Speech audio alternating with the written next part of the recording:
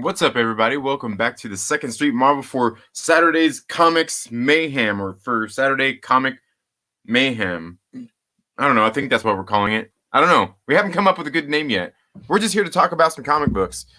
Me and a couple of guests are going to come in here and we're going to chat it up a little bit. We're going to have a good time. We're going to talk about some good comic books, guys. And today I want to maybe change the conversation a little bit. Lately it seems like, one of the popular things to talk about, it seems like so much, is it seems like it's so popular to talk about Marvel comics lately, right? We've been talking a lot about those Dawn of X books out there, and hey, let's not beat around the bush. It's cool, admittedly, that Dawn of X, man, it's been really cool. A lot of cool things happening over these last few issues, especially lately. They've really been tying in a lot to they've been tying in a lot more to the House of X and Powers of X. A lot of them have been echoing back to issue 1 through like 4. A lot of that's really starting to come into play, and it's been really cool. It's been really cool to see a lot of that stuff going on there within the series, especially like this week's issue of X-Men, right? Was that not really great to see? Some of that stuff going on with Raven. It seems like we haven't heard a whole lot from Mystique, right? Seems like we haven't heard a whole lot from her, and then now all of a sudden, here we are. We get this really great story about. I mean, in the first place, we've noticed that it seems like Xavier and Magneto have been kind of manipulating a whole lot of things here along the way anyway, right? Like they just that's what it's really been all about. And then we got this great story with with Mystique, and I thought it was really good. And of course, let's not forget about what happened in X-Force. That was some really cool stuff that happened as well in X-Force this week. I'm going to go ahead and bring on one of our guests here, one of the panelists here, I guess you could say, for the Saturday Comics Mayhem, Saturday Comic. I don't know. Like I said, they're still undecided on name. But here we are. We got Chris from Comics. How you doing today, man? What's going on? How you doing? Still undecided on the name. Comics Mayhem, Connections, whatever, right? Yeah. We just, we're not worried about branding here. We're talking about comics. Something to do with comics. That's what's going on here. Yes. Oh man. So how are you? Normally you're getting back from a movie last couple of weeks, but you had no interest in Sonic? Or did you buy the ticket and roll out? No, I didn't. No, I decided not to be one of those people. Like, I'm going to support this movie because they listen to the fans. I'm not even going to go see it. I'm just going to buy tickets. Like, I don't know. That's just silly. But hey, people do what they want with their money. Is there a real movement to do that because they listen to the fans? Everyone got mad at the way he was animated, and so there is a real movement to go buy a ticket and not watch it. I wouldn't say there's a real movement for it, but I mean, I've heard people out there say that's what their plan is to go and buy tickets. Like, not even going like, I'm not even interested in going. I just want to buy tickets to support the movie because so many listen to their fans. I'm like, I guess that makes sense, but at some point it becomes a little bit silly.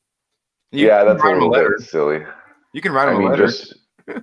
Just because they fix some animation. Whatever. Yeah, and let's go ahead and welcome it seems like the busiest man in the comic book YouTubing business. We got Dylan from Dylan's Comic. What's up, my brother? How you doing? What's up, my man? Thanks for having me as always. Glad to be here. Sorry I'm late as always.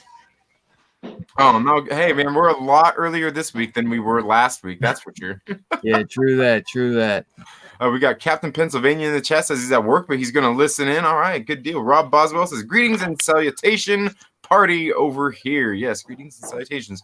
Apex Comics says, come on in. Yeah. Superhero Review says, what's up, everyone? Longbox Diving is here. Thank you so much for being here. If you guys are here, make sure that you smash that like button and stuff. They tell me, like, there's literally, I have YouTube. When you get monetized, they don't tell you this, guys.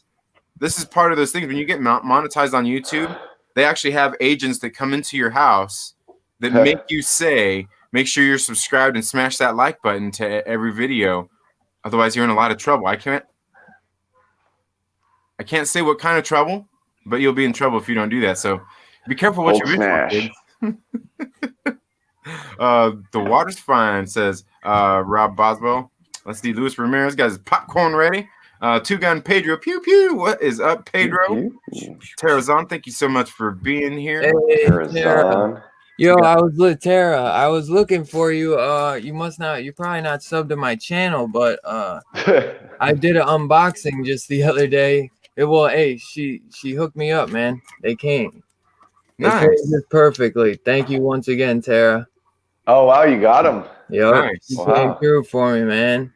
That comic community, man, they're the best.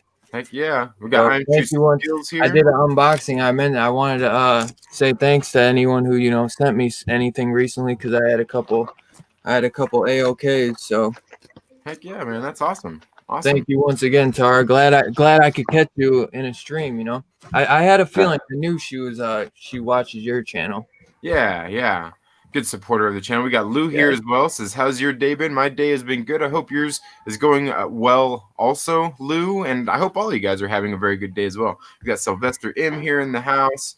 Superhero Reviews saying what's up to everybody. We got Mladen Kulik. Thank you so much for being here. We also got Julie says, what did you do to my brother Myrtle? I can't really talk about what happened to Myrtle. But needless to say, it's hard to say if he might be back for a little while. That guy, man, he can't keep himself out of trouble. Wait, has Myrtle done something since last week on this channel? I'd pop in your channel. I don't feel like I've seen him the whole week. Yeah, he's hurting right now. He's hurting. Wookiee Supremacy says, "What's up, mutants?" Let's see who else we got here. Rob Boswell says, "Saturday Showdown." Yeah, I don't know. We need to think of something, I guess. I just type stuff there in the titles and stuff. Tom's Comic Book Reviews. Let's see who else do we got here. Julie says she didn't really like Sonic. Yeah, she did a live stream about it. I like Jim Carrey, so I mean I'd probably go see it for that. I also like what's the name in there? James Marsden. I like James Marsden too. I don't care what anybody says. He could have been a really good Cyclops. If you pay for the movie, just watch it. Yeah, exactly. If you're gonna pay for it, just watch it. That's how I feel too. Might as well. Who the hell paying for it not to go see it? They didn't even play the music in Sonic. Oh man, yeah, that kind of sucks. I mean, hell, even if you went to go see Dora the Explorer, they even paid homage to the cartoon in that movie. You know what I'm saying? Like that's kind of messed up. Not even the Sonic music. Chaos and Trinity sounds like a hippie rock band. Sounds like a Christian metal band. A Christian metal band. Right? Chaos and Trinity. I smashed the hell out of that like button. Well, thank you. Let's see. Everyone's saying they got smashed. Ooh. Rub your wiener on the like button, says Immortal. Rub your wiener. That's right. That's when you need one of those super chats on Perry's channel to come in.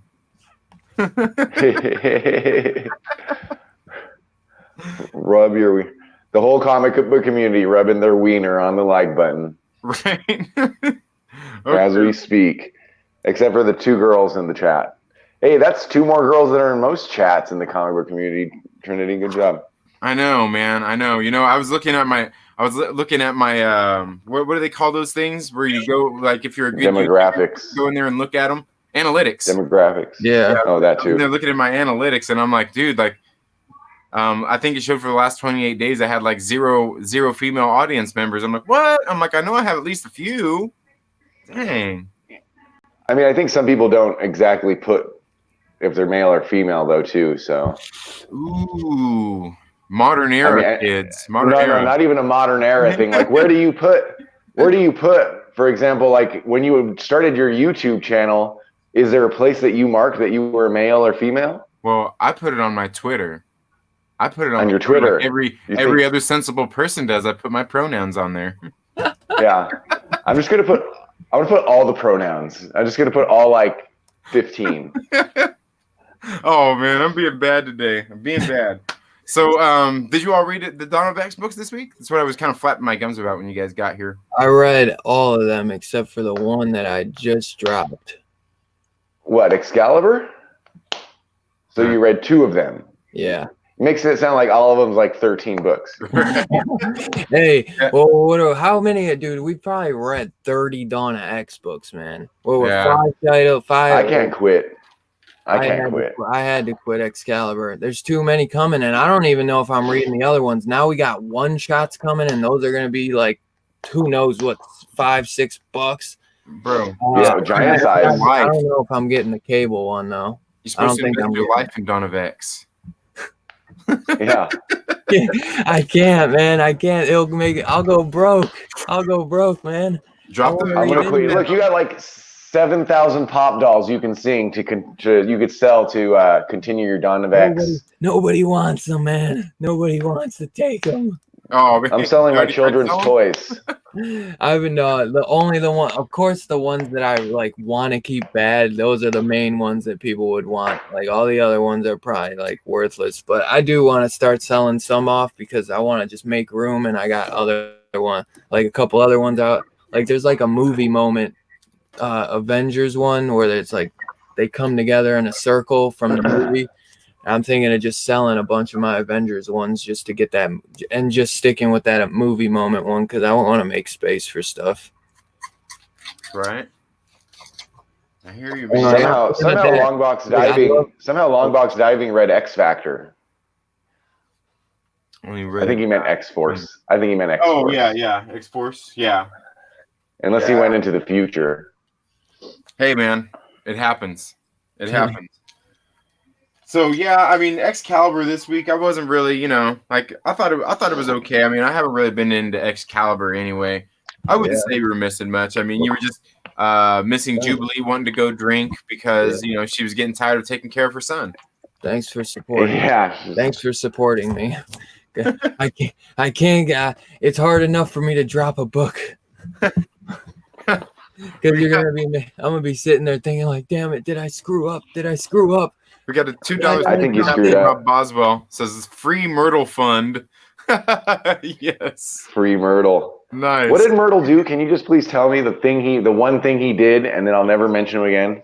Yeah, I thought you were pretty tame. He was probably something involving his cousin. Who knows? Oh, was there that boy, he probably on the what run. video? Okay, do this for me. What video was it? Oh, was it a morning live stream? I think it was his personal life. Oh, okay. It's always cousins with those kind of people. Yeah. Yeah. You never know, man. So, what you never know what someone's into. Okay, so then, what did you guys think about X-Men? The X-Men. I thought it was awesome. Well, I liked Excalibur for one. Let's hear it. Okay. Let's hear about it. Go on about Excalibur really quick. Well, before we hop into X-Men. I mean, I'll say this about it: if you weren't into it in the previous issues, you wouldn't like this one anymore. It's continuing that story, continuing sort of Apocalypse doing some weird stuff. So it's still on that like beat. So I don't think it's crazy if you didn't like the first 6 issues. It's not like I'm going to convince you to buy issue 7 if you weren't like as into them. You know what I mean? You got through an arc. If something big happens in Excalibur, you can pick up the trade. You can go read it somewhere else. You can steal it from your comic shop. Whatever you need to do. All I'm thinking to myself is that you bought Excalibur and you didn't pick up Thor. That's like all I can think about. Thor. Dang. I forgot Thor. That was not on purpose. I thought you were trolling me, man. I thought you were trying to troll me and bring out my hashtag rage. What was it? Hashtag shit. What was it? Oh my god. Why can't How about you remember, dude? I think that's definitely going to get you put on that top 5 worst comic book YouTubers list again. I want to be on the top 5 worst comic. I need to be on the show, Biggie. I need to be on the show. Trying to trigger me. I thought you were trying to trigger me before the show. Well, I forgot Venom. I forgot Venom 1 week too. I had to go back and get it. Like I just think I have it, or it's in my box, or I just think I grabbed it, and then I go to the other store and I see it there, and I go fuck it, and I go, oh, I already got that, and I just forget. And then you come home and you see that it's not in your box or in your stack. Yeah, I see everyone going nuts. Is that a young variant, or did you not give 2 shits about it? No, I pre-ordered it when it was like a mystery variant, and then it turned out to be the Scotty Young variant.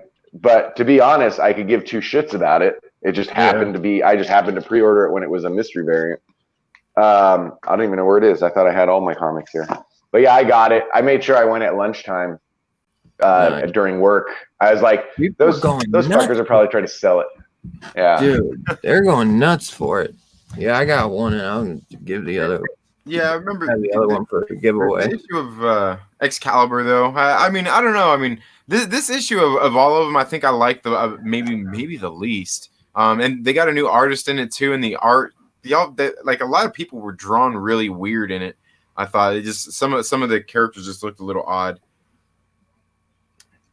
But yeah, I thought it was pretty like standard art. I could see where you're saying. I mean, you didn't like the other artist either, though, Trinity. Nah, it was like it was okay at times. It was okay at times. I thought the art it's doing. Go ahead, Dylan. Was awesome.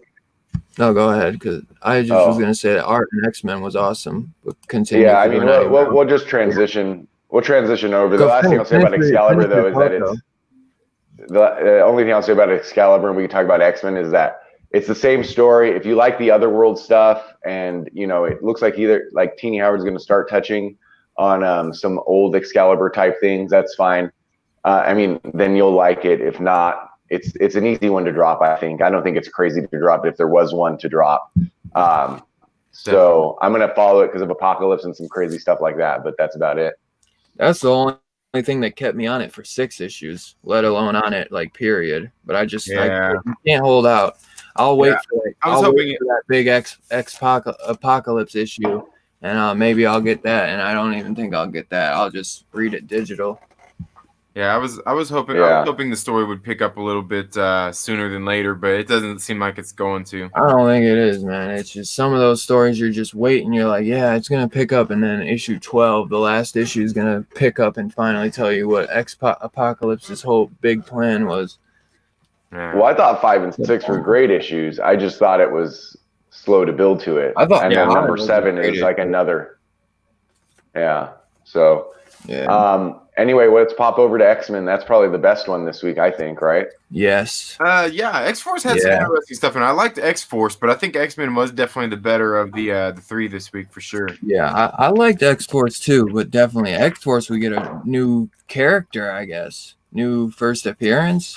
And people are going crazy for that Harley Quinn maybe character in Batman 89 that comes out next week. You hear about that, Trinity? Nah, that Batman 89. Like, it hasn't even come out, and people are selling both covers for like $50+ on eBay. Wow. Joker has a new sidekick. You don't even know what the character is, and they're selling, and it's going nuts. Huh. I'm surprised you didn't hear about that. Or have you been reading Tinian's Batman? No, I don't. You ask him that every week, Dylan. What the hell? Well, maybe I forget. I have a lot going on in my week. Hawkman. I'm a Hawkman guy. Read Hawkman. Now that you say that, you only read 2 DC books. Why do you only read 2 DC books? And Justice League now too. I'm reading Justice League. Oh yeah, you liking that? It's only been 1 issue so far. Just when Robert Venditti took it over. Yeah, it's been good. But yeah, this only read issue start. It seems like these last 2 weeks, all these issues have been sort of tying back into the House of X and Powers of X series. Finally, like we've gone back to this is a big issue, man. 2 and 3. And 4. It's the first issue we got that's like really tied into Hoxpox. I feel like, besides like the Krakoa stuff, but this was like the what is that called? What is that? I was gonna say the Orcus Forge. Yeah. And Space Station and Director Devo and Dr. Gregor and what was that? I don't know, the Mega Sentinel. But yeah, so the thing I want to say, Director Devo's still alive. Mm-hmm. So the thing I want to say about just X-Men in general is like now that we're 6 issues in, and people have liked issues hit and miss and stuff, but now it's really starting to feel like Hickman, where he just fills in the thing he needs to do. It's like very one-shot based, and I actually remember that being his style. I think I really just forgot about Hickman vamping everything. Because like the next, issue 7 is gonna have nothing to do with Mystique or any of this stuff. Like that's just what we've been getting from Hickman, is that he has some story, and it's all like, I just like that style now that I have 6 of them, and I'm thinking of even the issues that I didn't love, like issue 1 and 3 for me. Now it's just like another piece of sand in the, it's just another piece of the whole puzzle to me. And I like it a lot. And I think that's what I predicted too. I was like, well, I'll give it 6, and it'll come around because it's Hickman, and it did, but in a different way. Like now I just feel like I have so much story now, but in reality, I just have 6 one-shots, Yeah, that's true. It does feel a lot like that. Kind of one-shots kind of just coming in and kind of just like maybe tying some things in together and kind of bringing us a more complete picture. I thought this one was very good though, because I mean things have been weird anyway on Krakoa in the first place, especially with like Xavier and Eric anyway, and we can see that it seems like every week now more and more we're noticing how much all these people seem to trying to manipulate everything. Not just some things, but like every little thing they're trying to manipulate. And not only Xavier and Eric, but also, I mean, I think that's what Apocalypse is doing. Beast is obviously doing that. Like basically everybody who sits on the Quiet Council of Krakoa is up to some shit. Yeah. Like they're all shady, man. Shady is every one of them scheming. Except for Storm. Everyone is out for themselves, man. It feels like. But the thing is, Magneto and Professor X think they're out for the greater good of all mutants, but I don't know, man. It's crazy. Yeah. Well, I mean, they saw the future. They know the future, so yeah. I mean, they really are. But I mean, who sits with Storm? It's Storm. Who is it? Havoc. It's like that's the one corner that's not doing shit. I can't even remember. I'd have to pull out that issue and see who all is there. But yeah, I can't remember who is there with her. I don't know why I said Havoc on the council. Pyro? No, Pyro's not. Dude, if Pyro gets on the fucking council, if Pyro gets on the Quiet Council, dude, I'm quitting comic books. Dude, right? I don't know why I said Pyro. Well, I was trying to. I don't know why. I'm glad you said Pyro because I said Havoc. Yeah. You're like, and that was pretty dumb. That was pretty dumb too. You're like, I'm gonna double down on that. I'm gonna double down on some dumbness. Yeah, let me see if I can find out here. I can't. Oh man, I look forward to doing this every week, bro. Every time I get on a stream with Chaos. See, Biggie says that I'm too hard on 84. I missed Trinity Biggie says last week since we got the Myrtle stream. Right. What were you saying, Cass? Sorry for talking over you. No, you're good.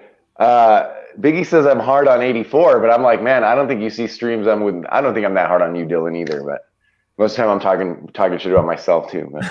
It's all love always, man. Storm, Jean Grey, and Nightcrawler. Okay. Nightcrawler's interesting. Yeah. Right. Okay. That's like the one part of the council that isn't doing shit. They're just like being nice. Yeah. We know of. We barely realize they're even on the Quiet Council, right? Yeah. Well, I guess that's the point. Yeah. Yeah. You know, they talk about Oscar snubs. I remember when they did the Quiet Council and everyone was talking about the Cyclops snub because Cyclops not on the council. Yeah. So, I don't know about that. He's the leader. I can't even find these things on here, man. I'm giving up on that. We'll give up. This one kind of like looking up for my digital copies. I can find that out. Who all was on the Quiet Councils? But I got it. Got a $5 super chat from Just a Rican in his comics. Just drops in $5. Thank you so much, Rod. Greatly appreciated, my brother. Hope you're having a very good day today. Hope you're having a great weekend. Looks like we got a few more chats as well. Looks like we got LB from the Lonely Banter is here. Let's see. Has anybody else dropped in? I don't see anybody else here yet. Yeah. I don't really like Francis Yu's artwork, but this was the best. Like that Storm cover last issue was like god awful, but this cover was actually really good. Yeah. Is it you? Is it Lionel Francis Yu though? Yeah. Yeah, Yep. I think so. I couldn't believe it. Yeah. I had to pick up this alternate cover because this one was just badass. Wow, I Oh, didn't that even is see beautiful. that. That is really cool. Yeah. Who is that? Who is that? Gene is Gene. I believe it's No Gene. way. I was Is that about to Gene? say, Yeah. So after marrying Mastermind in a time slip, Jean Grey is introduced as the Black Queen of the Hellfire Club for the first time. Wow. Oh, nice. It almost looked like the Queen of the Inhumans for a second. What's her name with the hair? Medusa. But Medusa, yeah. Oh, But I mean, yeah, I'm you're looking right, at it with real the hair. small. Because I'm looking almost at a the real hair small blends screen, into though. the red blanket or whatever she's laying on. Yeah, though Yeah, that that was a beautiful cover. Yeah. Lionel Francis Yu and Sonny Go did the cover. Sunny Go. So maybe Sunny Go fixed it. Yeah, I'm thinking so. Because that doesn't look like a Lionel Francis Yu cover. Yeah, unless if you look in the face, look at the face and look at all those lines in the face. Yeah, and so you can. Oh, Yeah, but then they did have a different artist for the interiors on here, though. Yes, thank God. And that's what I think helped the issue so much better. I don't want Lionel Francis Yu on the art no more, man. Like, I want somebody else. Yeah, it seems I like don't know. No offense to the guy, man, but it just doesn't work. Maybe his stuff works better with something else, but I need something else. Yeah, you know what's funny is I thought that same. I was kind of thinking the same thing as I was reading the Captain America series, but then they started switching up artists throughout it, and I'm like, you know what? No, just bring back Lionel Francis Yu, and I'm good. Yeah, but this is better. Yeah. Like, this guy, I like this guy. I like who they got for this issue. Oh, but Yeah, yeah, I haven't seen. I'm trying to think. Did Lionel Francis Yu was doing Captain America artwork? he was. Maybe, He was. maybe I don't. I'd have to go look back on that. Yeah, he It was. might have been better. It might have been better than this. I just don't like what he's doing with the X-Men stuff. The So it's crazy though. So Mystique went to like plant that flower, and when all those X-Men died, that's they bring her back. That's it. It's always cool to see them get resurrected. yeah. I'm curious though. What is the point of the flower? Because they didn't drop the whole space station into the sun, right? They left the space station alone. They just got rid of the Sentinel that was being made, correct? I believe. the master mold, if I remember correctly. Yeah. That's all they did when they went there in issue 3, right? Issue 3, issue 4 of House of X. Because I think they left Just, the space station itself, right?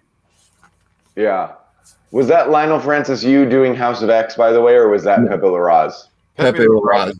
Yeah, it was doing House of X. So here's what I'm going to say. So it is not on Lionel Francis Yu. This is on Pepe Larraz. But this scene right here is in House of X, and it looks terrible in House of X because they do that thing where they fuzz out the back, like it's super digital looking. About that before, you hate when they do that. Yeah, so that was the one I always point out. And then when I read this issue, they show that same scene again. This is where she dies. That, we've already seen this. This is almost like a review on it. Yeah. And that drawing's way better, I think. They didn't show her getting sucked out? Like, they didn't show the doors opening? Yeah, that's it. But I mean, she's being sucked out though, so the doors are opening. I mean, I don't know, Dylan. It's not the best science, but it is a comic book. Yeah. But, so what did you think of like her talk with her wife? With Destiny? Is it Destiny? I thought she was saying like she was the Oracle, because she's like, listen to an oracle or something. Listen, hear the words of an oracle. So I guess maybe that's just what she is. I thought there is a character called the Oracle in X-Men, or unless I'm thinking of the Matrix. I was gonna say there could be, but that's essentially what she does. That's what her name is, Destiny. Well, I think she said that's what her real name is Destiny, at least. I'm just it just makes me wonder though. Like, there's a few things in here. For one, like why didn't Mystique do anything about it? It seems foolish that she wouldn't do anything about it, especially considering what happened earlier in the comic book, which they even allude to here in this issue, is that she was there with Destiny when they were talking to not Dr. Gregor, when they were talking to Moira. She was there, so she was, even she was there saying like, hey, you should help out, help out mutant kind and all this kinds of stuff. She's there with that, but then she's there on the space station. She sees the shit going down, and she's just like, whatever, Yeah. just lets it go, just leaves it, Yeah. knowing that that's kind of what they're fighting.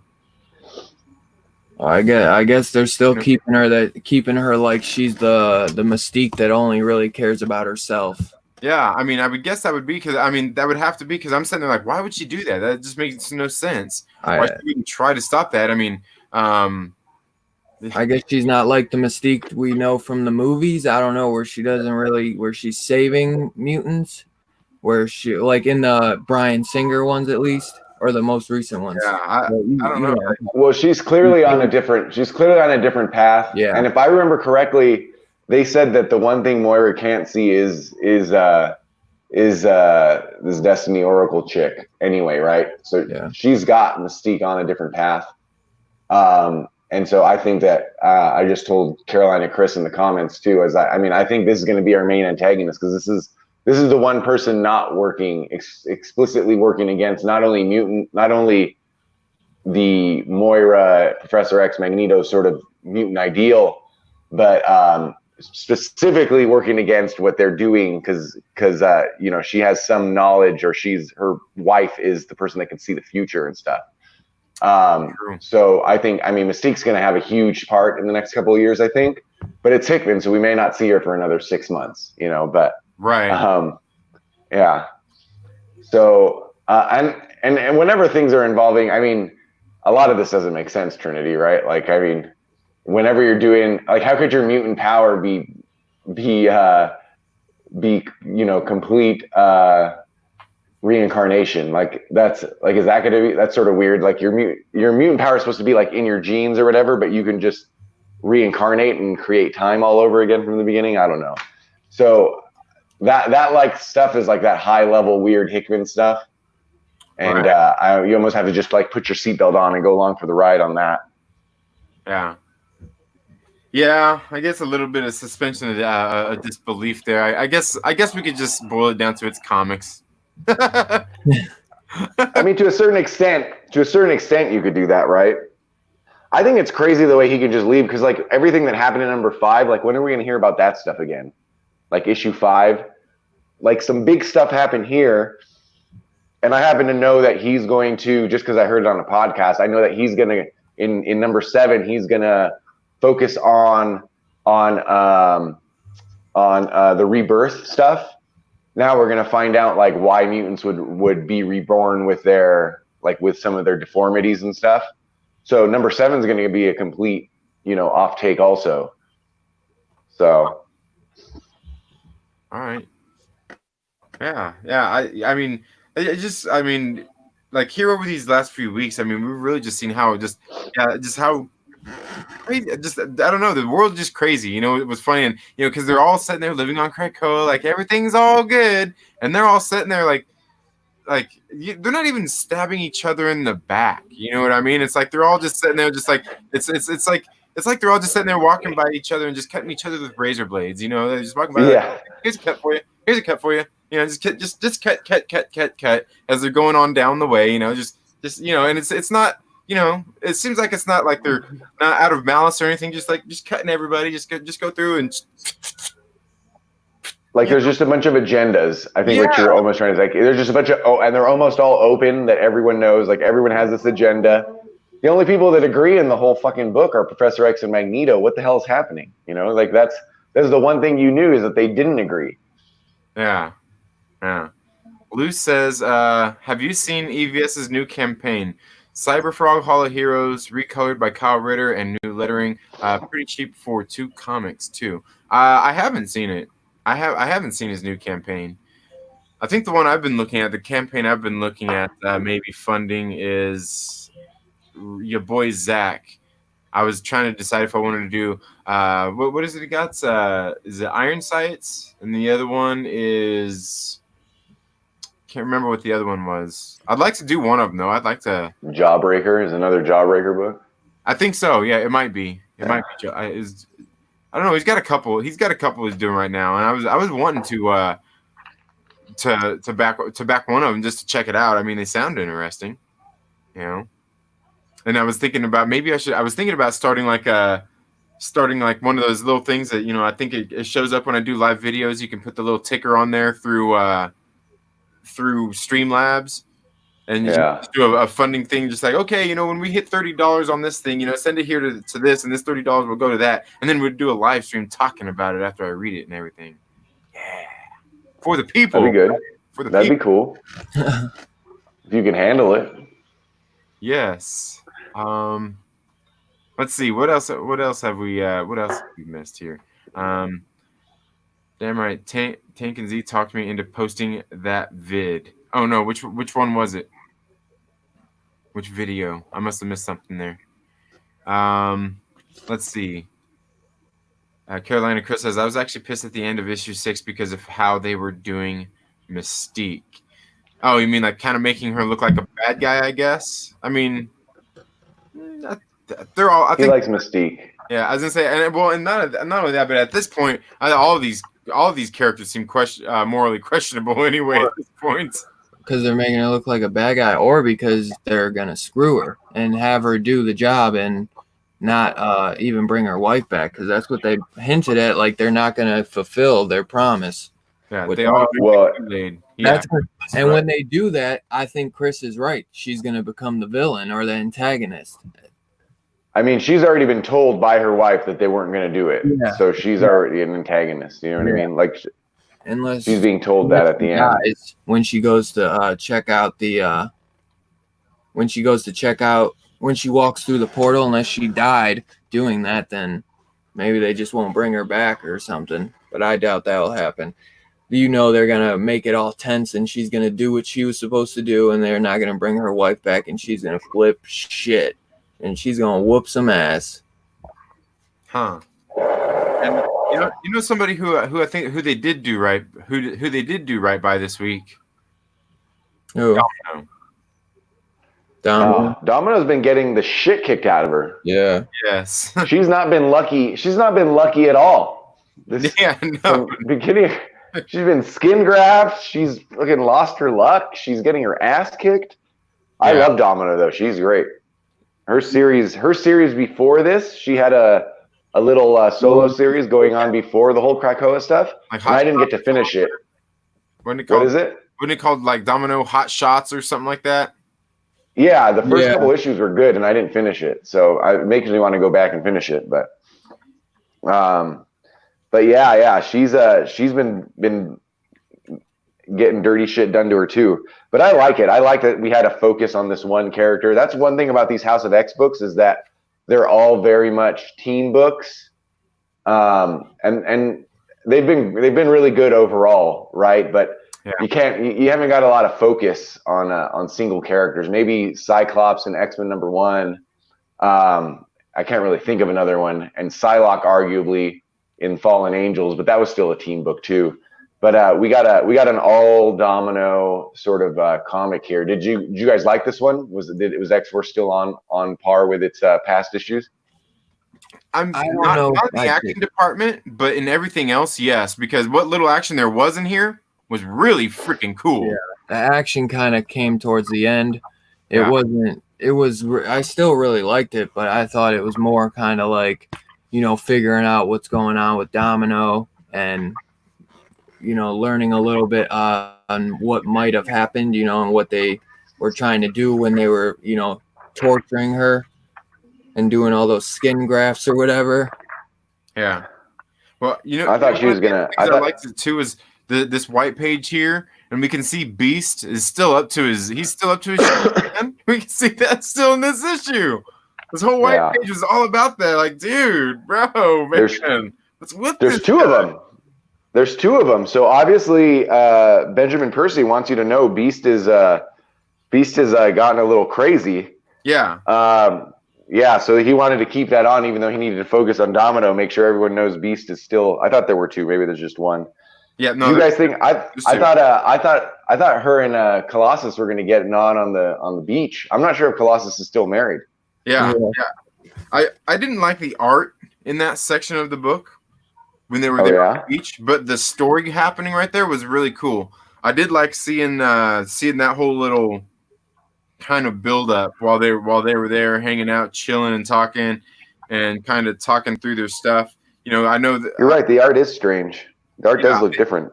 Yeah, the art's a little, but I noticed that in this whole book because they got a different artist on this one again. Because even like what's her name here, Sage, they show her like, you know, in this panel right here. Oh dang it, here, let's see. Like in this panel right here, you know, they show Sage, and she looks a little different. Like her face is, yeah, it's just like more elongated. And then we even get into like here, and you know, the next page we see even more of it. The art's just like a little inconsistent. And you know, then obviously, you know, when they're on the beach, you know, like the picture there of or not Cyclops, but he looks a little goofy. Colossus, like he's got super long neck. He don't even have a neck. Yeah, he looks head or something. Yeah, but the story here was really good. I loved the story here where they were talking there, and just kind of that whole friendship building and everything. I really did like that dialogue that they were going through there. Aggressively Relaxing says that he agrees that Domino Run was awesome.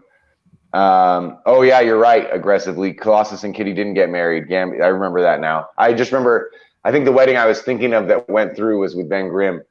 But yeah, I think I forgot about that Domino book, and I have the first 2 issues only, so I should probably go look for that. If Aggressively also says it's pretty good. But it's so weird now because I was trying to finish.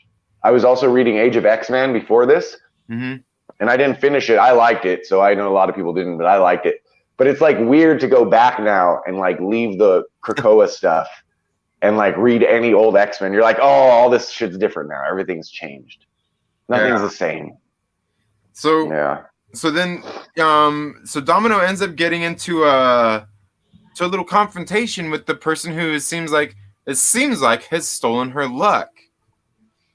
Yeah. And this person is dressed like, kind of like old school SHIELD agent, right? Almost kind of reminded me. What are you looking at? Almost kind of reminded me of Taskmaster at the same time. Yeah, you're talking about the snow. Yeah, I agree. I thought for a second it was Taskmaster, and I was like, it's a little on the nose. It's also not an X-Men character, right? It was like, but I thought it looked like Taskmaster a little bit too. And then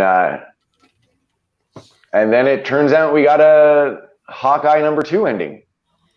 Right. Yeah. Very interesting the way this ended too. When they get there into the casino and everything, and then we get the reveal of who this other person is. So 2 first appearances, the last 2 X-Force issues. Ooh. What was the last one? What was the first appearance of the last one? The plant symbiote or whatever it was. Oh, cool. I guess that is. I was actually bummed we didn't get any of that, but the Domino issue was good. Yeah. I mean, this might not even be a first appearance. It might just be a clone or something. Is that a spoiler? That's a spoiler, guys. I don't know. No. If you haven't read it by now, I mean, that's what this show is about, right? Yeah. Right. Yeah. I thought all this stuff was really good. Like I said, the action, there wasn't much action in this book, but what little bit of action there was in here was really great. Seeing her, traversing the snow, the snowboarding, and just everything that was kind of going on here. This whole little fight was all really good, kind of scrappy. So she obviously hasn't lost her luck that much. It's a different one, though. Yeah. Yeah. Well, when she was saying I lost my luck, but she was having bad luck, I just kept thinking that's still luck. Yeah, definitely. Yeah, definitely. Would it not having luck just things being random? Yeah, I guess. Which is kind of funny because there was something in the Black Cat issues. I'm not sure if anybody's reading Black Cat. Fuck no. I mean, no, I'm not reading it. there was something in there because where she did recently. Where she was, I can't remember how exactly it worked, but because her ability to basically bad luck for others, kind of worked against that with somebody was trying to use magic on her. So she basically kind of used her, her bad luck powers, if you will, to counteract a lot of that stuff. Really interesting stuff. But then Black Cat actually just tied into like the X-Men and stuff as well, because in this last issue, I believe it came out. Was it this week? Just last week? I think it was last week. It came out. She's there in Madripoor with Logan, and they're and they're talking to Cade Kilgore. Oh, that's interesting. What issue is that for Black Cat? Huh? Issue 9. I think it was issue 9. Man, I might have to go pick up that issue instead of Thor number 3. yeah, she's there, and they're there talking to Cade Kilgore in that issue as well. Sorry. Just about Logan was actually there in Madripoor after Cade anyway. And you can see that they are right there. Interesting. Oh. Did they mention Krakoa? Did they mention? Does it feel like it's? Yes. Does it feel like it's this X-Men? Yes. Because Okay. What is it? There's something very specific he says here. Let's see. It's summer right here. Okay. He's saying they're here having a conversation. He says, and who's this Wolverine? I thought you were into redheads. Story of my life. You trying to start up a war, Cade? Cade laughs at him and he says, "War with whom? Krakoa? Please."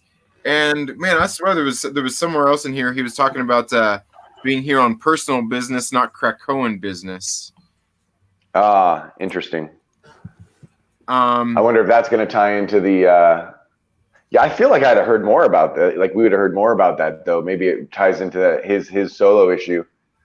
By the way, the war with Krakoa thing. Oh, go ahead, Trinity, because this is going to go off on a different tangent. I was going to say, because he mentioned something about being there on a personal thing, not for Krakoa, but I thought it was interesting. Here it goes. He goes. He says, "This ain't Krakoan business. This is personal. I can't kill anyone." And she says, "Who's talking about killing?" Now the thing is it's interesting that he says that. He says, "This ain't Krakoan business. This is personal. I can't kill anyone." So, we've seen in this issue of X-Men where they kind of alluded to the same thing about Mystique, saying it's okay for her to basically kill. They're like, "Why didn't you stop it? Why didn't you kill him?" She's like, "Oh, we can't kill anybody, right?" And he kind of even alludes to, well, like that's okay for you. It's okay for you to do. And I'm wondering, so where are they drawing the line there? Where are they drawing the line there with who they can and can't kill when it comes to the kill no human? Because that's obviously one of their laws. But we can see here that they're obviously dismissing it at times and looking over it. And it also made me think of when they tried Sabretooth. We were talking about it was unfair because they just came up with those laws. But it makes me wonder if maybe all of that was a flashback or something, because it seems like she knew about the law when they were there on the space station at the same time, which was not too much long after he would have killed those humans when they were pulling off that little heist. Yeah. Oh, yeah. You're right about that. So the sort of time, the order of time there is a little bit confused, right? Yeah. Well, we know Sabretooth's coming back already. Mm-hmm. We know he's going to be in Wolverine. We know that the X-Force comic apparently doesn't have to follow that law because all they do is kill fuckers in that one. Well, and I was wondering about that because it made me wonder on X-Force, have we actually seen them kill any humans yet? Yeah, that all action issue where Wolverine was in half and Forge puts them together. Well, that was just a giant murder. But see, that one, I was wondering if that was supposed to be those the what are they called? The that were upgrading their bodies with all the still human. Reapers. Yeah, still human. They can't kill mutants either. I don't know. You can't kill mutants either. Well, they can kill mutants. No, they can't. They're not supposed to harm a mutant either. They're not supposed to, but there's no law against it. Yeah. Their law is only against humans because they can resurrect themselves, and that was part of the reason, like with that human law. And I thought there was a kill no mutant law, wasn't there, Dylan? Oh, he's talking on the phone, man. He's talking on the phone. Look at him. He's off on another world.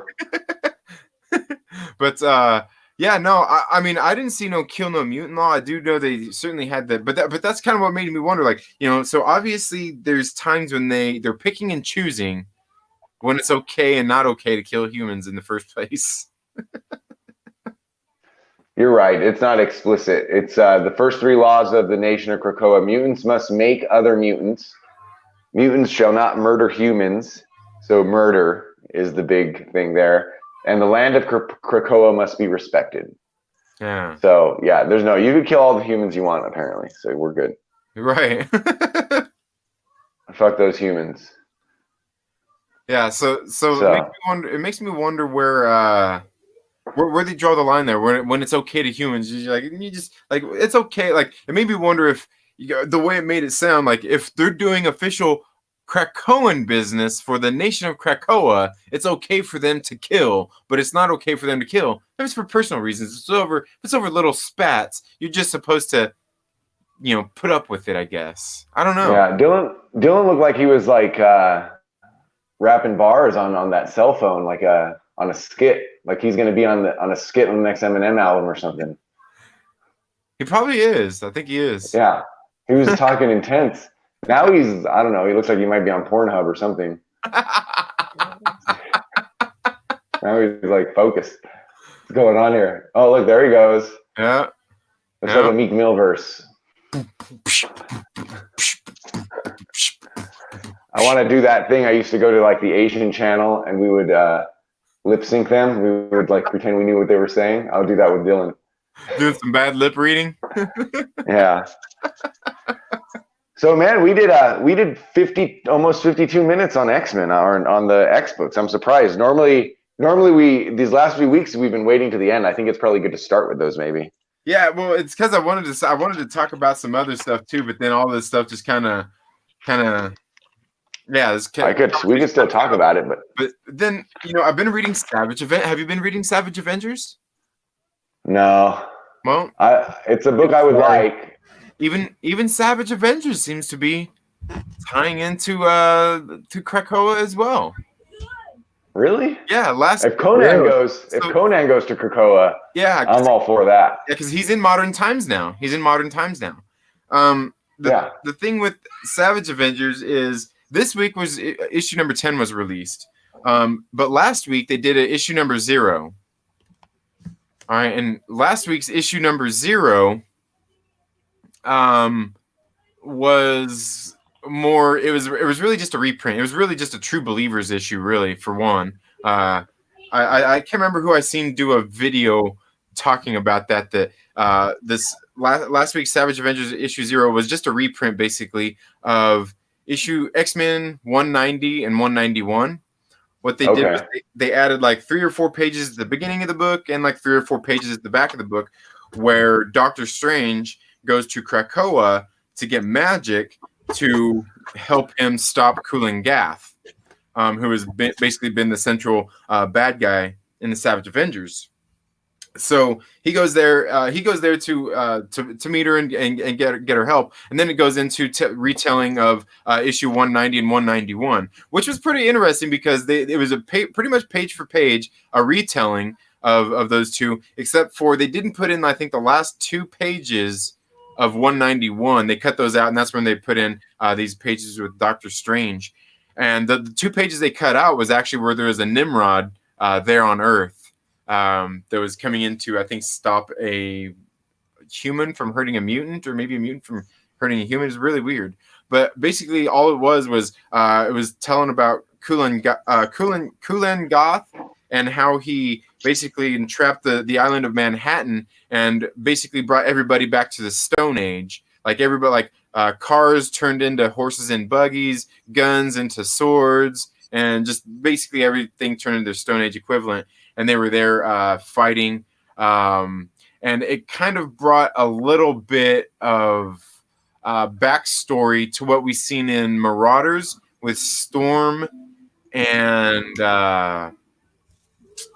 Callisto, because Storm and Callisto were in this Savage Avengers issue, which was, like I said, just a reprint of X-Men, and they were there fighting together, trying to help defeat Kulan Goth there. And so just like some interesting things going on, like as much as it seems like Marvel's kind of been sprinkling a lot of some of this stuff throughout a lot of different books now, just from what I've been noticing, getting caught up on a lot of my reading. I'm like, man, they're kind of sprinkling this throughout a little bit of everything.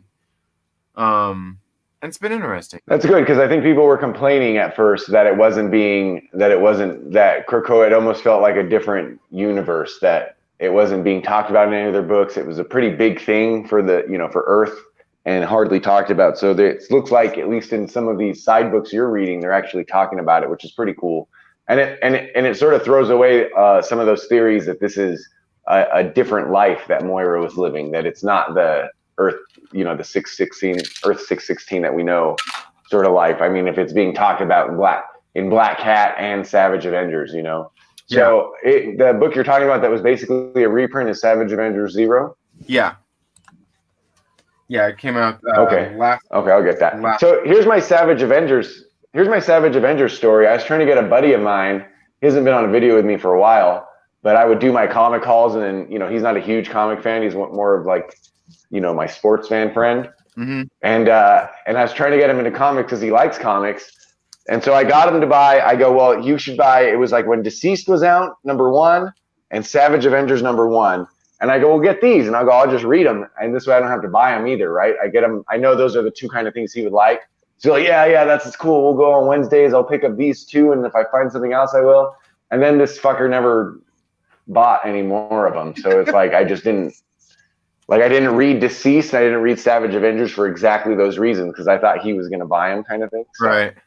But Savage Avengers is right in my wheel. I've read every other Conan book. Like Savage Avengers is the only one I haven't read, except for #1, the one he bought. I'm reading the stupid Serpent Crown one, and it's the only one I didn't read was Serpent Crown. So and I might have to remedy that. What was the other one? Serpent Crown, and was it Serpent War, or what was that one? The one with Serpent War just finished. I like that. That was the one I wish I. Yeah, that one just finished, and I dropped. And Serpent Crown just started, but it's in Vegas. Oh, is it with Mephisto? Serpent Crown is in Vegas, so with Mephisto. Yeah, with Mephisto. So I wish Mephisto really lived here. That'd be awesome. I'd go to that casino in a second. So that kept me around. So that kept me around. I was like, this looks like, because the art looked lame too in Serpent Crown, and then I opened it up and he was like in Vegas. I was like, oh well, I'll stick around for that. But I think I got to go buy Savage Avengers just because I've read everything else for Conan since it's come in Marvel. So I bet I might as well. Yeah, and it's been a pretty cool story. I've enjoyed it. I've been on it the whole time. I'm not sure how much longer I'm going to keep reading it or not. I mean, issue 10 just came out, so I don't know. Seems like a lot of them go in 5 issue story arcs. So I don't know. Well, as soon as I read the one from this week, I'll probably decide from there if I'm going to keep pulling this one or not. Just kind of like Black Cat issue #9. Just came out, and kind of like, okay, do I need to keep reading this one? And that's the funny thing when it comes to these kind of things. Maybe we'll segue this into the next thing I want to talk about. It's kind of funny that, like, I've been noticing I haven't got a chance to read the Gwen Stacy book yet, but I finally caught up on Black Cat. I've been reading Amazing Mary Jane, and I think the one thing I've been noticing is, like, it's kind of, and I was talking about this a little bit last night. Like, it's almost sad when the books that I look forward to in Marvel the most are books that are female-led books about people who don't really even have powers. I think those are even like the best ones sometimes. Because like the Amazing Mary Jane has been like, it's been a great book. There's the Gwen Stacy one. I haven't got to read it yet, but I'm sitting there like, man, like, it better be good. It better be good. And then, like I said, I got caught up with Black Cat, and I mean, sure, she kind of has powers, but she don't really have any like superpowers, really, And it's actually been a pretty decent read. While like most of the other books, like I read them and I get done. I'm kind of like, okay, well, that was Amazing Spider-Man issue number 36. Guess we'll wait for 37 to come out in 2 more weeks, and read it. I don't know. But you're more excited over the. Yeah.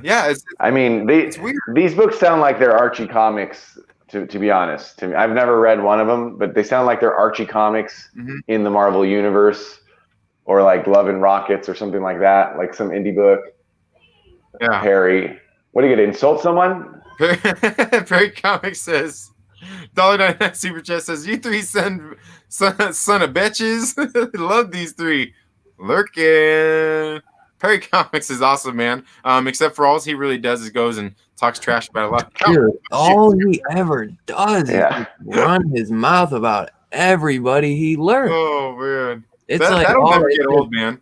I've been laughing about that all friggin' week, dude. Yo, can we super chat him from the stream in the chat? Can we just super chat him right now and be like, yo, I'm out. Like send it through Streamlabs. Send it through Streamlabs. You can. First and last time I'll be watching your videos. But yeah, it's I just find it kind of funny because Amazing Mary Jane is getting ready to come out this week, and just from all the books I've seen getting ready to come out this week, I'm saying like this is like actually the one I think I'm looking forward to the most. And isn't that a mini series too, or is it ongoing? It's an ongoing. Oh, nice. Yeah, it is. It is silly. No, it's a mini series. Even if they don't know it, it's a fucking mini series. Yeah, right. Yeah, they may think it's an ongoing. It's a mini series. It might only go through 10, but it just kind of makes me laugh because like if I get through reading Gwen Stacy, and it's a good book, it just tells me one thing: to actually go out there and put out a good book by Marvel, all you have to do is be a Peter Parker's supporting character. Yeah. Oh my god. That would be like ready for the Flash Thompson. The Amazing Mary Jane book is better than the Amazing Spider-Man book. Yeah, Amazing Spider-Man has been picking up since they stopped doing all the tie-in stuff with it. It's been getting better. I think I still have to read the issue that came out was last week or the week before. I still have to read that one, but it's been picking up. It's been getting better. Of course, it's picking up once I drop it. Hey, what up, Fatal J? Being here, Fatal. Yeah, I knew it would pick up once J. I knew it would pick up. Hexagon Fatal J. It's coming out. You know what? I'm actually going to be doing a review of that probably here over the weekend. I'm getting a review shot for that. I haven't seen Fatal J on video. I haven't seen Fatal J on video in a while. Am I just on the wrong channels? Maybe. No, he's been around. I've been seeing. He's. I think over the past couple of days, he's dropped some of the Snyder Cut videos. These Snyder Cut videos getting into some things, man. Fatal, you're killing me, bro. You find it at your comic book shop. You gotta tell him to order that sucker for you. Yo, Trini, every time he's in the chat, he's like, Dylan, where do I get Hexagon? Where do you get Hexagon? Go to Walmart. Yeah, I can't wait to read it neither because I just got a copy from Michael Morisi today, but it kind of makes me wonder how much it's going to be like this one I've been reading on Cape Pictures Publishing Shapes. He sent you a PDF? Yeah. Dude, let me know what you think when you read it. It was yeah. I'm expecting to like it because, like I said, Impact Theory, like that's my shit, man. I love Impact Theory. They did Neon Future, and I freaking love that one. I mean, like I love that one so much. I gave away a trade paperback of it and 3 issues of the #1 on that thing, man. I'm telling you, I love that book. Yeah, and I kind of expect the same thing out of their second book that they're going to be putting out.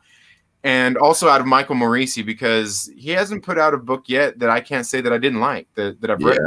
And the artwork is really good in that Hexagon book. Yeah, you're gonna like it. I need another beer to be around you guys. All right. I'll be back. I'm trying to think what else there's to talk about for the books. So basically, one of the other things I wanted to talk about was just like indie comic books and like I guess like the importance of indie comic books. Over the past couple of days, I was kind of talking about like movies and Hollywood and all of those kinds of things, and how it's like everybody's these days like everything Hollywood does is agenda. Comic books, it's agenda. and all of these things. And I think over the past few years, like I know for certain there for a while that was a problem with Marvel and DC, where they were going out there and putting like bringing in writers, and they changed some of the legacy characters and things like that. And I think that's one of the things, one of the bigger problems people have when it comes to comic books and a lot of the properties that Marvel and DC put out, is because they come in, you know, somebody comes in and changes these legacy characters instead of just writing new ones, you know. And my argument in it is because, you know, a lot of people, you know, they say that about the movies, about the comic books and all that stuff. And, you know, for me, the most basic thing is like, just create a new character, create a new comic book. You know, people do it all the time. And to me, you know, if, you know, because we see basically people coming into the comic book culture who either don't want, who aren't into it, or are just looking for it to, you know, maybe get into Hollywood, or the opposite way around, all of these different kinds of things. I guess, you know, somewhat, you know, like not necessarily hijacking the culture, but really just using it for their own means, I guess. And I think that's kind of where the indie comic books come in at, because when I read the indie comic books I read, like I don't mind hearing some of those stories that people want to tell. You know, we were talking about, like, you know, like having female characters, you know, strong female characters, having, you know, any of those, you know, I guess you would say representation of people in comic books. And to me, I think that's where a little bit more of like the indie comic books come in at, because you kind of know what you're getting yourself into. You got a writer who's actually building their own world and fleshing out their own characters. Like we can take a look at books this week, like came out, like Alienated and Undone by Blood, or even like a Money Shot, where we get people dealing with what was in Undone by Blood that's along these social political lines. Well, nothing. I mean, it's just it was a girl. It's got that strong female character in there, and she's in there kicking a bunch of dudes' asses, and she's a Mary Sue, man. She's a Mary Sue. Okay, so just because it's a female character, the one thing I'll say about that, I'll let you finish the monologue. She actually gets her ass beat in this. She doesn't win a fight. Yeah, she gets her ass kicked and then arrested. Yeah. And I guess that as an example of an indie book out there that somebody's coming in and writing, showing these kinds of things. Which the one thing I thought was kind of funny was punk rock around in 1971? Were they wearing like all that spiked stuff and everything that she was wearing in 71? Lou Reed was around. Yeah. How did I walk away? We were for a minute. For my pick of the week, I've been waiting for you to talk about this. My favorite book, man. This shit was so good. Yeah, it is. And the thing is, like, for me, that's what I like about the indies, is because that's the people's opportunity to actually get into and tell the stories that they want to tell. Like I said, there's so many people out there that are, you know, against all these, you know, politics and these agenda-based things in these books and all that stuff. Yeah. And while I get that, that makes sense when we're talking about legacy characters, but I think that's where the better thing lies in these independent books, because when I'm reading them, you know, from issue number 1, you know what you're getting yourself into, and you know what's kind of going on. Yeah. You're expecting that, you know what I mean? And like I said, you're getting a writer creating their own world and their own characters in which to do that, instead of just taking and changing legacy characters, where everybody seems to have the problem when they do that in Marvel and DC. That chick was badass too, man. There's been a lot of great books coming out in the indie scene, and it's sad because a lot of people don't read a lot of these great books that are out there, just because they're not Marvel or DC, and you know, it's not the big superhero stuff, you know. And that's what I wanted to kind of talk about. Or they have big dips. I'm going. Yeah, or they have number 1. Yeah. But and that's one of the things I wanted to talk about. Like, we can talk about Undone by Blood if you want first, but I also wanted to talk about Alienated too, because I thought that one was let's go to your topic. Let's go to your topic before we go to the specific books. Go ahead, Dylan. No, I was just gonna say I read both, but my shop didn't have the physical copy of Alienated. Otherwise, I would have picked it up. So I read it digital. I liked it, but I liked Undone like way, way better. Like I really, really, really liked Undone. But I haven't read it yet. Fan as well. But I like sci-fi too. But Alienated didn't hook me in. Maybe I was kind of a little tired when I read it. but it was a good startup issue. It just made the characters didn't hook me in as much as the Undone did. I really liked that girl character, and you know, like the setting of where she's at in Texas. I don't know. I really liked Undone. I read it and then I read it back to back, and I was like, wow, bro, this was just so good. Yeah. And I like what they did in Undone by Blood, because in Undone by Blood, in this book, Lonnie Nadler went for the gut punch of giving you 4 pages to read in the first issue, instead of like he done waited for the 3rd issue in Black Stars Above and gave you 8 pages. At the end, yeah, those pages. Did you read those, Dylan? Because they're necessary to read. I was tired when I was reading this. I was like, shit, I'll go ahead and read them. I was like, oh, dang. Those really needed to be read in this. I was really tired. You know what I just realized? She actually is wearing a Lou Reed shirt. So she was being that's the grandfather of punk. I don't know if they were looking like the Ramones back then. I love that picture, man. That's another thing. I like the art a lot better in Undone than I did in Alienated, even though obviously they're different stories, but I don't think like I heard one of my buddies said that was the next big thing from Boom Studios. I think the next big title coming from Boom is going to be King of Nowhere. That's the one. You know, the guy who's writes Ice Cream Man. I think that's going to be the next big title. I don't like issue 2 could really knock it out of the park for Alienated, but Undone by Blood, when I read that, I was like, wow, this is just, it hooks me in more, and I'm like, this is why I want to get into more indie titles and drop all these big 2 books. For books like this, man, they're just so good, really story driven, you know. Perry couldn't even read it because there was one paragraph on the first page. He's like, I'm out.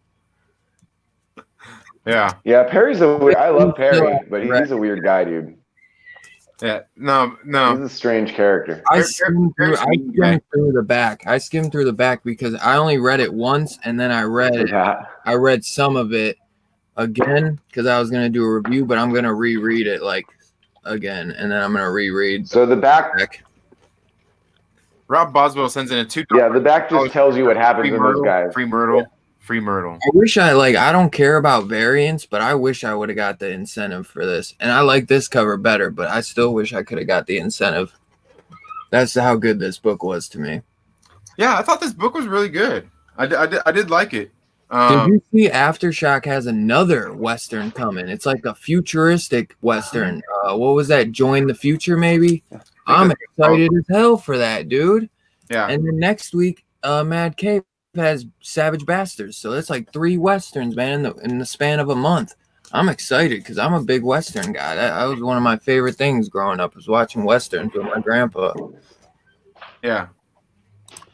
Yeah, and it seems like Lonnie Nadler likes writing some of that kind of stuff too, because Black Stars Above, I wouldn't say it's necessarily a Western, but it takes place in a more westerly type of setting because it takes place back in in the 1880s, I think. Okay.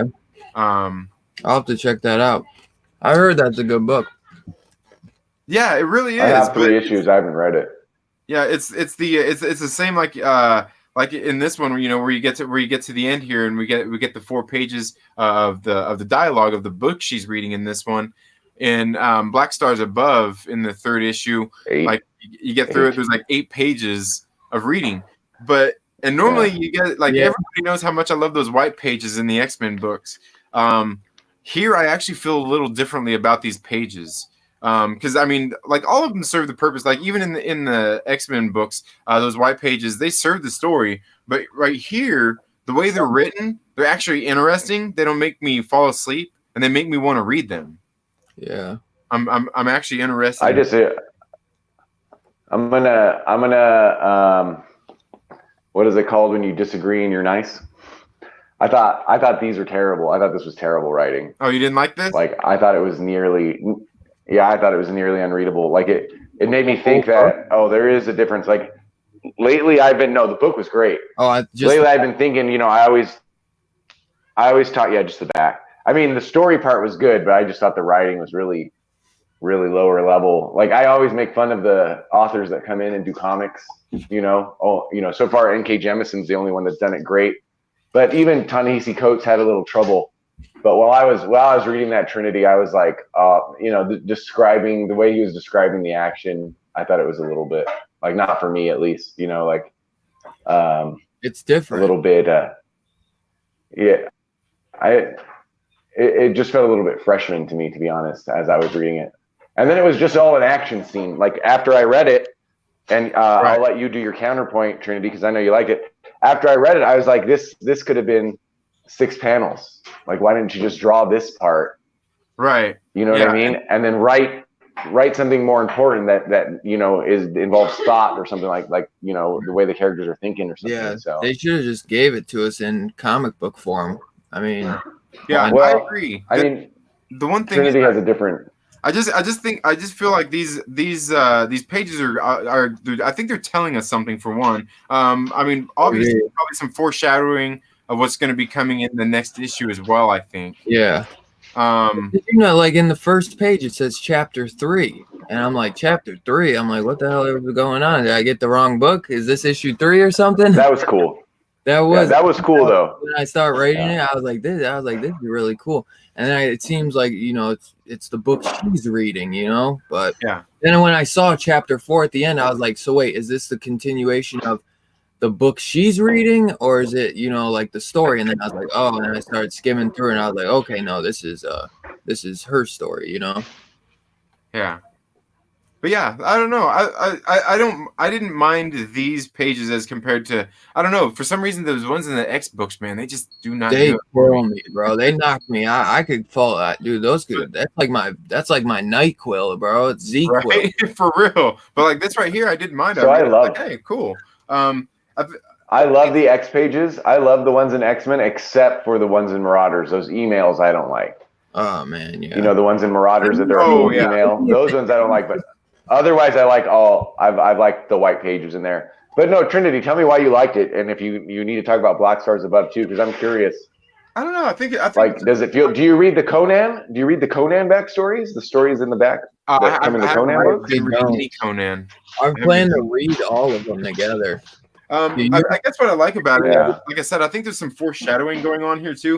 But I think sometimes, like with this, what's going on is just the fact that I'm sitting and reading it, and we're kind of getting into the psyche of like who that character is that she's reading about while we're reading this story, and things like that. I don't know. Just the description of the action is something that I don't know. I think is interesting. I'm finding it a little bit interesting, kind of like in the Black Stars Above one, where he went off for 8 pages, and it did, believe me, those 8 pages did get to be a little bit long, but they were still kind of page turners because what it was a guy telling about some of these supernatural experiences that he was going through as he was trekking across Canada, as he was working for this company doing research for them, and some of the things that he was coming across in his research from some of the different posts and things that he was going to. Just really, I don't know, just like weird stuff, which is it's odd that I like them because I'm not really into reading fiction books at all. Like fiction comics, like yeah, sure, I'm into reading that fiction and comic books, but when it comes to like reading regular books, I don't like reading fiction. I do. So that wasn't the best novel writing, like piece of selection of novel writing. But in my opinion, though, right. Well, and I think it's because like they're not necessarily trying to write a novel; they're just trying to write it like a novel in the comic book and keep it interesting. So when you're saying it like that, it's a little bit freshman. I get that because at the same time, I feel like in a comic book, they shouldn't be wanting to write a novel like that in the comic neither, because it is a visual medium. Yeah. No, I like the pages. I'm not against prose in it. And in fact, I like the things that you said about it. I like. I'm talking about like the actual sentence writing, the structure of the sentences and the structure of the paragraphs. I'm not a proofreader, man. I'm not. I'm not good at that kind of stuff.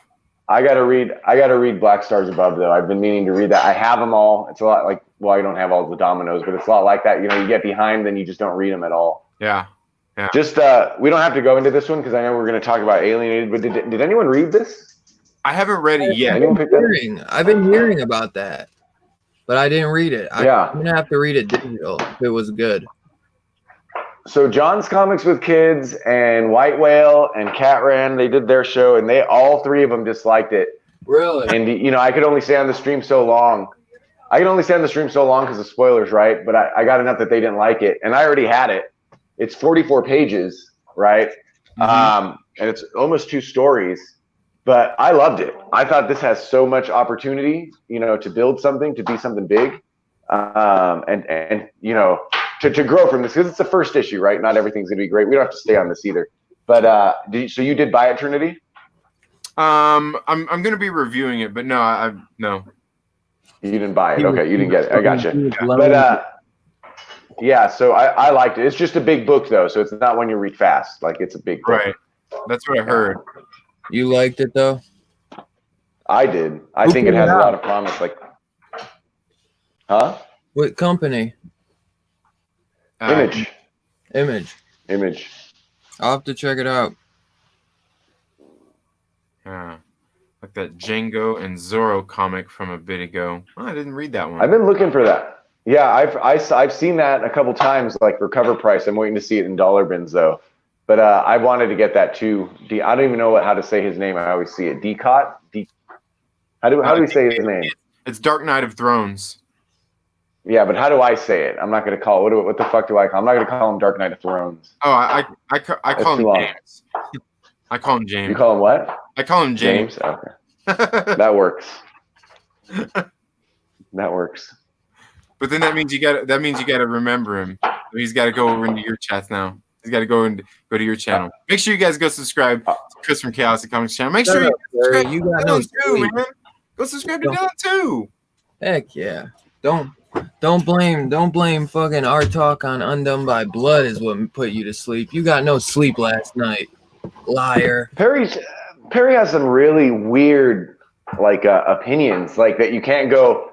Like there's some people that disagree with, like people disagree with me a lot, and I disagree with them a lot. Yeah. But they're, we can go, oh, I see where you're coming from. Perry just says, I'll be honest, and I love Perry, one of my favorite channels. He just says some dumb shit sometimes. Perry, right? it's serious. I couldn't have said it any better than that, Chaos. Yeah. He sees this page, and this scared him away. He saw this little tiny paragraph, and it scared him away from the story. Dude. Too many words for the big man, and he's like, I'm out. You don't know how to read. Folklord's one that he loves was no action and a lot of words. Like that's what, and I thought it's a good book, and he loves it. Like you'll never know what he's actually gonna like, Like he'll be in a bad mood and not like something. So but when he loves a book, he goes all out for it. He just loves the pretty pictures and the coloring. Ooh, yeah. Pretty pictures. He loves his folklores though. But wait till if it doesn't get optioned for a series 2, he's gonna have a fit. He's gonna have a BF. He's gonna have a BF. Folklores is lame. Yeah. It's like sequel trilogy style. I don't know what's worse, Folklores or Good Sons. Dude, that Venom Good Sons one shot. I don't know what's worse. I already read this story, Hansel and Gretel. Like, I don't need to read it again. Hansel and Gretel in comic book form. Hello, I've seen that. It's like fairy tale stories. Like, dude, I've already read it. He must not have been read it when he was a little boy, so it's all new to him. Yeah, he may have missed it. Although I did love that issue. Now that you're coming back on it, that was a great issue. Oh. He loves Money Shot. It was. I love Money Shot. I love Money Shot. And so he does love that Money Shot. Perry does. Oh yeah. Yeah. Does Perry love Money Shot? Very little words and very nice pictures. Money Shot is a great book. Money Shot is a good one. I do like Money Shot. I'm surprised Perry is reading Money Shot, because normally he doesn't get past issue number 2 for most books, because he's only reading comics for YouTube subs. Right. Shots fired. He just reads number 1s. Only number 1. And he doesn't even. He reads only number 1s and does 6-hour streams making fun of other channels. Yeah. He gets them sent to him. He doesn't even buy them. He just gets them sent to him. And doesn't even review them most of the time. You did. It's not a money shot. It's not a money shot, Perry. It's not a money shot, Perry, if it's on your computer. I'd say Folklords is better than Good Son, but I don't know about Undone by Blood, brother. Undone by Blood might have that beat, but also there's only been one issue, so I can't say what I think's better yet. Because Folklords is really good. I clown the hell out of him because I didn't think issue 1 was that good. Issue 1 wasn't like that good. He was really hyping it up, and I was like, it's not that good, Perry. Yeah, you're right about that, Dylan. I remember liking it, and then I get on Perry's stream. He's like, "Folklore just that's book of the year, man." It came out in December, I think. Too. It's book of the year. You're fucking book of the year. You're fucking crazy. Issue number 1, dude. Okay. Issue 2 is really good, though. Love it. Yeah, they're all good. I still haven't read issue 3 though. So I don't know what happens. I take it we all read Alienated. Yes, I read it. No, I haven't. I own it, but I haven't read it yet. I wish I picked up a copy though. You haven't read it yet? I read it. Yeah, I was trying to read it. Listen, this is my plan. Either I was going to read Alienated, or when the show started, I was going to be on the road because I forgot to buy Thor. I was going to do the show like from my comic store for a minute, and then and then what ended up happening is I didn't do either.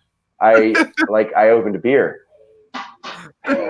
So yeah, so I didn't do either one. I thought it was a pretty good issue, but and the reason why is there's so many things going on in this book. It makes me wonder. It piques my curiosity because we got one of these kids in here who's trying to, he's like trying to make a YouTube channel. He's doing what we do. He's out there looking for clicks and views and things like that. Oh yeah, and smashing that like button. Yeah. And then we've also got the other kid in here who's obviously he's a Trump supporter. I think they probably they say that somewhere in here as well. I think they probably even say he's a Trump supporter. We got this other girl who's she's very much an introvert. She's just waiting to get out of school. And then we've got this other kid in here. Of course, he's a Pac. He's a Pac. And what does that mean? Like Tupac? No, a Pac. I don't know all the cool terms, bro. I'm forgetting. He's a person. I don't even know what a Pac is. He's a person of color. Oh, is that what they call him now? Oh, I can't comment in the chat anymore. My computer died. And he's gay, and he flaunts it. Everybody knows he is. Wait. Are you talking about Alienated, or are you talking about that Cheer documentary on Netflix? I've never heard of it. But yeah, no, it's definitely Alienated. So we got these kids here, and it's funny. Like I find it funny because all these kids in here basically are filling in some sort of reflecting some sort of social person out there in the world. When we get all these things going on out there in the world, all these people talking about all these different, like the culture war and all of that stuff. And we kind of get 3 different sides here, kind of all represented here in this book. But it's been interesting. It was interesting the way this story was told, because at first I was sitting there kind of reading it, kind of like, oh great, here we go. We're gonna have some of these. We're gonna have some of these insufferable characters and people in here like we do in New Mutants and things. Yeah. But these kids, they actually seem like normal kids. Like this world actually somewhat feels like a real world, not something that's faked. Like when I read like New Mutants, and a lot of that stuff is going on in New Mutants, and I'm reading it and I'm like, dude, like nobody talks like this, nobody acts like this, other than people on Twitter. It's really weird. We're getting these same kind of characters, but it feels like we're actually living in the real world. My beer is sitting on the. Don't spill your beer on your comics, bruh. I moved. But I thought this book was really good, and I guess that's kind of what one of the things I've been talking about the past couple of days is like when it comes to wanting to write stories and have representative characters, I guess, in the books. This is kind of the way to do it, is write your own stories, do an indie book and tell that tale. And in this one, I feel like we're getting enough of these different elements a lot of times I would probably read something like this if it was written in a different way and be like, oh, I don't want to read that. Like, no, man. But in here, I feel like everything's kind of the way it's layered. I feel like this book actually really has something to offer, and I think maybe it's going to actually dive down into and explore some of those different things, I guess, if you will, some of these social issues, maybe. So on that main topic that you've been trying to talk about. So I like that too. I'm actually someone okay with legacy characters changing a little bit, but because I just know they're always going to bounce back. I mean, even Nick Fury was black for a while and he's white again. Mm-hmm. So I mean, I just know they're going to bounce back. None of that bothers me too much.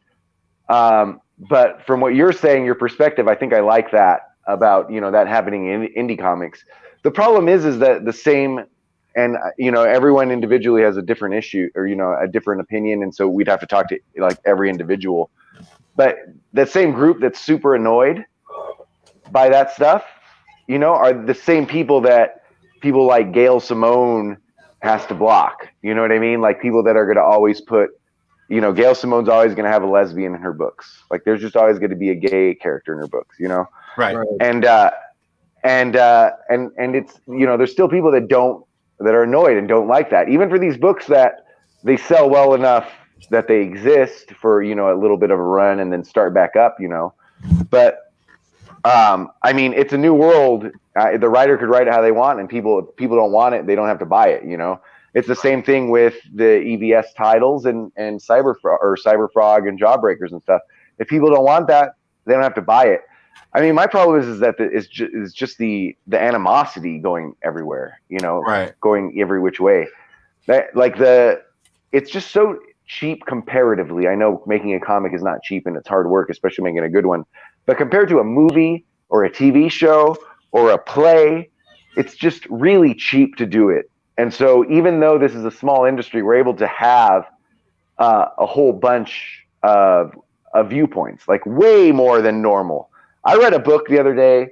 So there's two books, I'll tell you, that for even as like crazy libertarian, libertarian I am, that even like set me sort of weird. I can't remember which one of them was, but one of them, the characters were in like a tri-sexual relationship. So it was like three characters all together. I can't remember what it was. I think it might have been Snap Flash Hustle on Black Mask that does all kinds of like, one of the dudes from Bad Religion is an owner of that, so it's super left. And then Safe Sex, which is a great book. I read that instead of Alienated, actually. That's a great book, but it's very pro sex worker. And like a sex worker is the same thing as going and working at Walmart or something, right? Not that, women on drugs or people can be forced into it kind of thing. Like there's a group of people that's their job and that's who they are. And I could tell you, like, personally, those things, like, they don't rub me the wrong way. I'm too libertarian to care, or I care about it, but I'm too libertarian to like worry what other people are doing, Right. But even when those, it's just like a different perspective for me to read. And then to be honest, some of these books that don't touch on anything, that just feel like a 1994 Image book. And unfortunately, I'm talking about Cyberfrog, which has great art. And I haven't got to read the new one, but I've read the ones on Harris Comics, which, EVS is this great artist. Like there's nothing for me to remember it. I read all the Image comics when I was a kid. I read Prophet, I read Brigade. I can't remember shit about Cyberforce, and I read them all. Spawn's the only one that stuck with me, and that's what Cyberfrog is to me. So to me, like, even if I disagree with you, like I do need the substance, and right. So then people would be right, I think, where, some right-wing ideas are not allowed. Although I think Punisher might be the most right-wing guy in comics, but he's allowed. But you know what I mean? Like, so I think they're right about that those ideas are taken out, But in general, without going off on a tangent and getting a bunch of people going on my comments and telling me off and stuff, what you said, I think, is the right thing.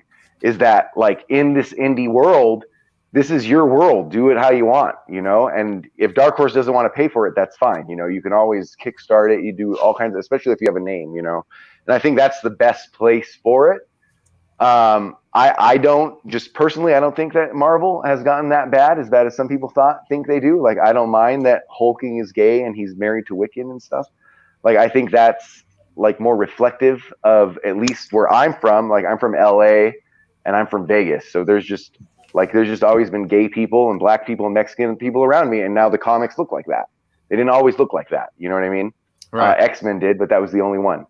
So, I mean, I think it's just being more reflective. I mean, big changes, I guess, but I've never been worried about that. I've never big changes never hurt me, especially in comics when there's going to be some kind of crisis and Alfred's going to be alive again anyway. So like, I don't have the same effect, the same excitement or like anger or hatred or happiness when something big changes, you know? So anyway, that's my 2 cents.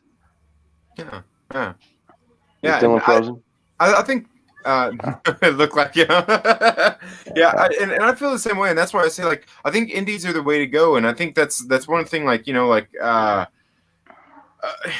obviously the market's going that way anyway. It's really a shame that a lot more indie publishers and things don't get a lot more recognition, notoriety, or I guess maybe sales on their book by that way. I mean, and I think it's something I've noticed in the comic book industry altogether is none of these publishers, not even Marvel and DC, are good at promoting their books coming out.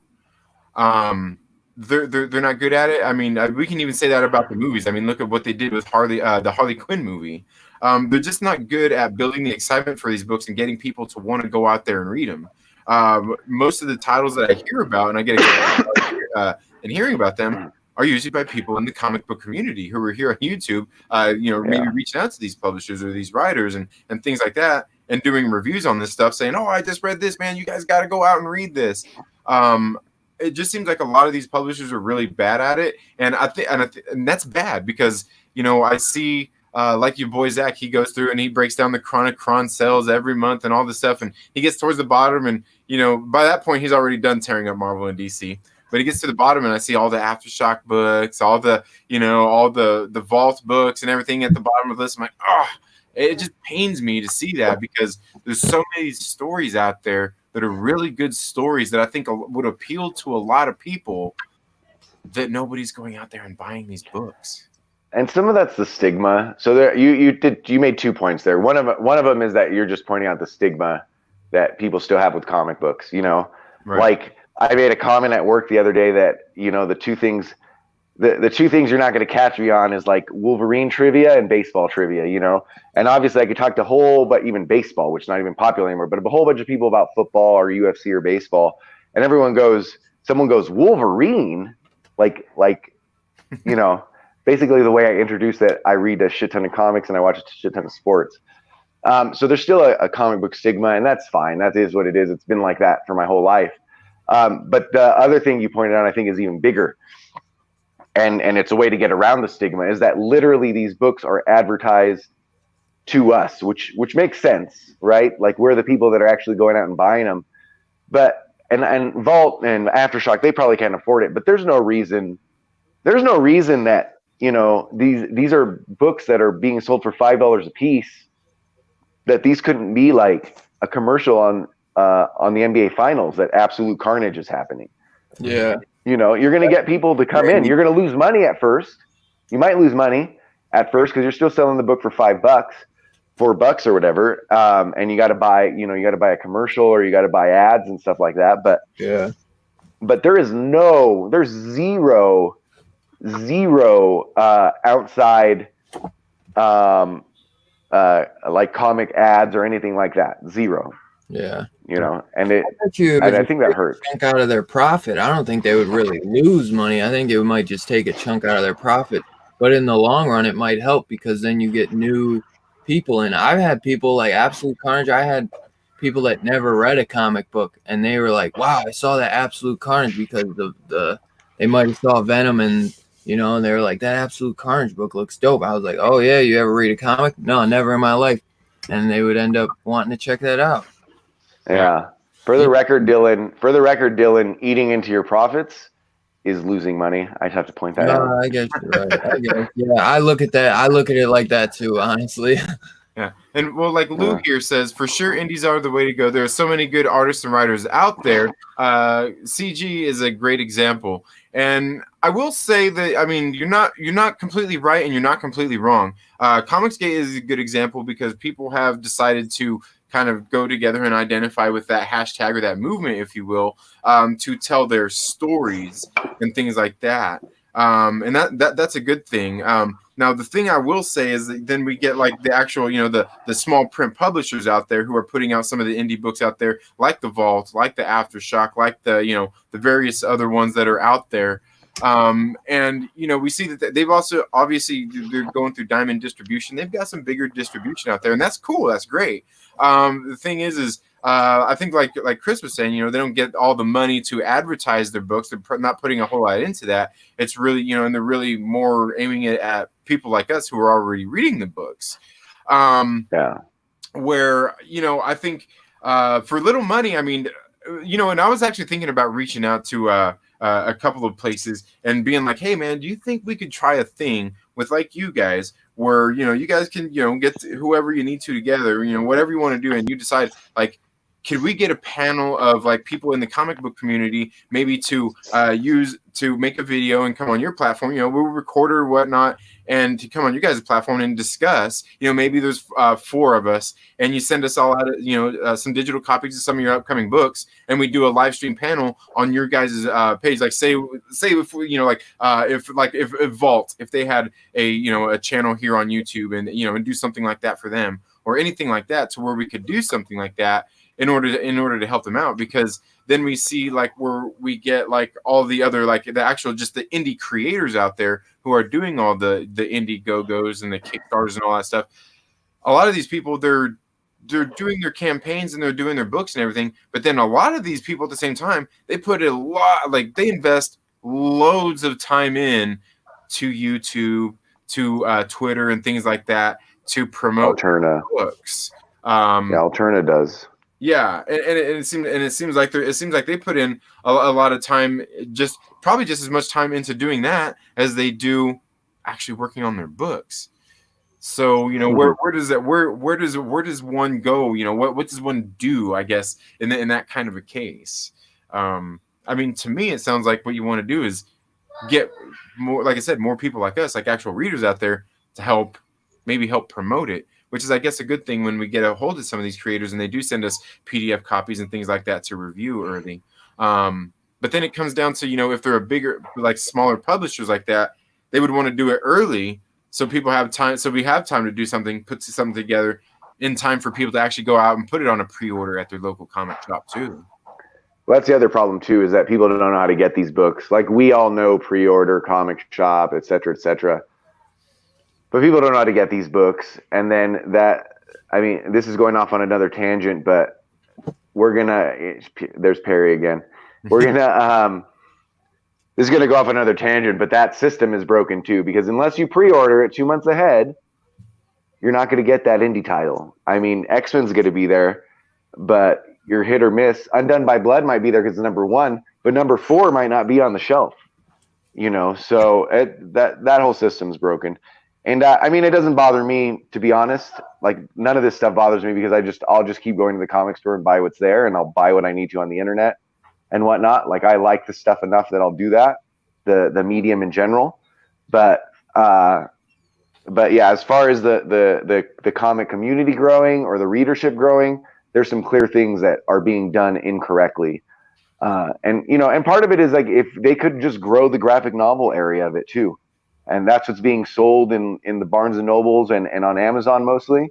So they could just grow that. And for a while they were, but it's, even that's stagnating. So, yeah. Well, like Perry here says, Aftershock does videos and no one watches them. I just want you to know that I do. They need to have me host them. And that's one of the ones I was actually thinking of. Honestly, Perry, I was actually thinking about that one myself. Is like, because the lady who runs the channel over there, I was thinking about like reaching out to her, like, hey,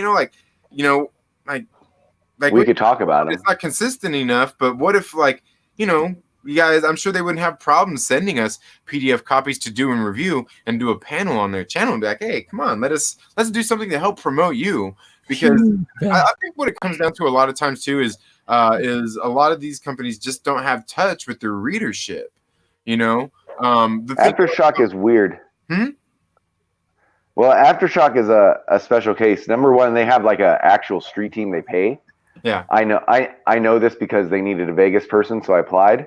I don't know if I'll actually do it. And so they want to do that, but it's in comic stores because that's the only place their books are going to go. right. You know what I mean? That's the only place. That's the only place they can go because they're distributed through Diamond. Right. Right. So it's the same thing. So I mean, what your idea to get on their YouTube channel is great, but now you still have this thing where, you know, if I want to watch a movie or I want to get a real book, I know the places I can go to get it right away as soon as you mention it. Right. You have to know the comic store, and then you also have to know you got to order it 2 months ahead. Right. Yeah, no one's gonna do that. It doesn't matter how good you are. You know, it doesn't matter how great we are at promoting it. Yeah, that's true. That's true. And that's why I say I think a lot of it just comes down to, I mean, they need to try something and, you know, something to innovate, you know, to keep up with the times. Because, you know, there are, like I said, there are plenty of indie creators out there who are doing that. They're out there making their own books, they're printing their own books, they're promoting their own books. And a lot of them actually get pretty decent sales for being one, you know, like one small team of people coming together to read a book. I think the only problem where some of them suffer from is not even in the distribution or anything, but is probably in maybe consistency and quality. And I haven't backed a whole lot of them up. But that's where I've kind of actually wanted to reach out to somebody like an Ethan Van Sciver or something like that, and bring them here onto the channel and talk to them just about that part of the industry. Like, you know, why wouldn't, and I probably understand why they wouldn't either at the same time, why they wouldn't want to get a couple of them to pull together some money to create their own publishing house so they can do that and get a couple of titles, obviously start off with a few titles, get those out there and distributed, and then find, you know, other people to, you know, bring in and distribute their books and things like that. You know, just like any of these smaller publishers out there do. That's the one dude without a problem, by the way. His kick. That's EVS is the one guy without a problem. I mean, his book did fine. Yeah. Right. I was more on him taking a really long time and then making it so expensive, which he said he's going to change, which is fine, you know. But it's one guy without a problem, no matter what book he does. I mean, he's the face of Comicsgate. Right. So everyone, all the people putting CG in the chat and stuff are going to, first day, going to put that over 100,000 probably. So that's the one guy that's probably fine. I mean, yeah, in the end, you got to get people to want to read comics, though. Yeah. And there's still that stigma. And then even if you break that, then the distribution's way off. And then even if you break that, you got sort of what you just said. So, I mean, the industry is really just making itself be with people that have a history with comics or that loved them when they were kids and stuff. And no young people buy comics anymore. Most young people, Dylan's the youngest guy I know. And there's hardly anyone around there. Most people like Dylan are buying manga anyway if they're buying anything, you know. So yeah. Right, I don't read no manga. Yeah, because you still get your boobies and crude humor in manga. Yeah, it depends which ones you buy. I mean, that industry is massive. Hentai only. Yeah. If I don't get my boobies in it, I'm not buying it. Careful, Biggie Shaq coming after you. Uh-oh. I can't see the chat. You motherfuckers. Oh man. But anyway, guys, I guess we'll go ahead and wrap it up there, guys. I can't believe we've almost been going for almost 2 hours already. Yeah, about to make a record. I don't think we went this long yet since we started. But yeah, as I say, Dylan, why don't you go ahead and let everybody know where they can find you, what you got upcoming, and stuff like that, dude. Thanks, brother. Yeah, I'm Dylan's Comics. You can find me on all social media outlets under Dylan's Comics. And I do my weekly pickups video every Wednesday, so you could see that. I do a live show every Monday, and I'm usually doing streams every day. So just make sure you sub up and hit that notification bell, so when I go live, you'll be there to see it, man. Because if I'm not live on my channel, I'm definitely probably live on somebody else's channel, like no doubt, or I'm lurking in the chat, man. So you can find me around, and I'll probably have a couple reviews coming out soon. I plan on doing a review for Undone by Blood. So yeah, man, come holler at your boy. For sure. And Chris, why don't you go ahead and let them know where they can find more of you and what you got coming up? I'm Perry, Perry's Comics. You could find me at Perry's Comics, where I hop on for 4 hours at a time and basically talk shit about other channels. Please get on this Friday, where I'm going to spend 4 hours just talking crap about Economics and Comics channel. Just 4 straight hours. What we're going to do is we're going to live, and we're going to go on live, and we're going to get on eBay, and we're going to just show everyone how much cheaper it is on eBay than the stuff that he starts most of his auctions at. So just jump on me with that, get on there with that, and Folklords forever, brother. Woo! Man, hell yeah. Oh, God. That's Way what I'm to end talking it. about. That's what I'm talking about. But anyway, guys, as always, it's been great to get together with you guys and talk about some comic books. I hope you all had a good day. Enjoy this conversation. If you like this video, you make sure you give it a thumbs up. If you like this conversation, make sure that you share it with your friends. If you guys have anything else you want us to talk about, if you have any thoughts or anything, make sure you leave them down in the chats on this video, like right now in the live chats, or even come back and watch the video later after you share it with a friend and have some, bring some conversations. Give us more to talk about. But you guys all, you all have a good day, and we'll see you all in the next video, and definitely next Saturday on the Saturday Comics and Mayhem show, or whatever we're going to call it. Later. I like the Mayhem. Let's go with Mayhem. Okay. Yeah, Comics Connection sounds like we're in one of those tri relationships. For sure. Later. Later.